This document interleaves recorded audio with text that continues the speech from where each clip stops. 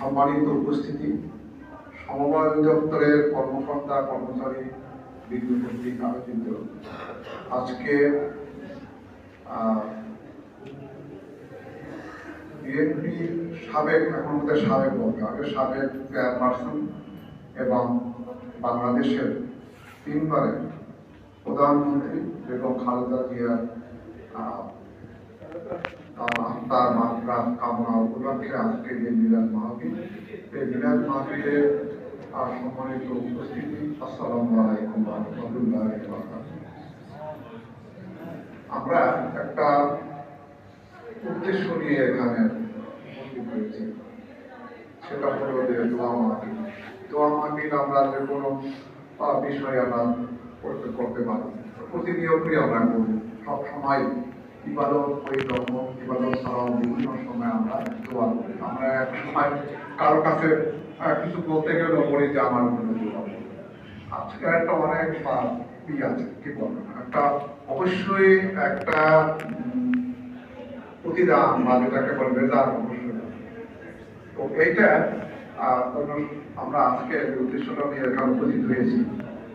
আমাদের মরহুম এই বাংলাদেশের 3 বারের নির্বাচিত প্রধানমন্ত্রী এবং বিএনপি সাবেক চেয়ারপারসনের তার আত্মার মাগফিরাত কামনার জন্য আমরা এখানে সকলের সমবেত হয়েছি।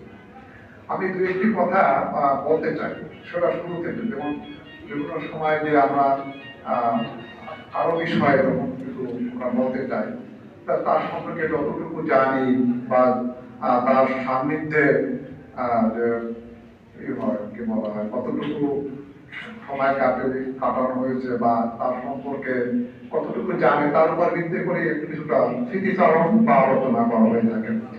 তো আমি প্রথমে যেটা বলতে চাই যে আমি নিজের কথা নিয়ে শুরু করি। আমার এখানে অনেক সহকর্মীরা আছেন যারা বিশেষ পরীক্ষা দিয়ে চাকরির জন্য আসছেন, অন্যরা প্রতিযোগিতামূলক পরীক্ষা দিয়ে এখানে এসেছেন।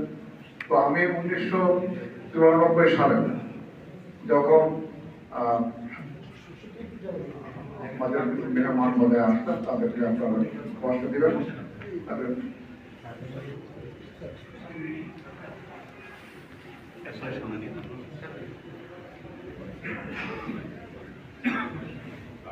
স্যার আসেন, স্যার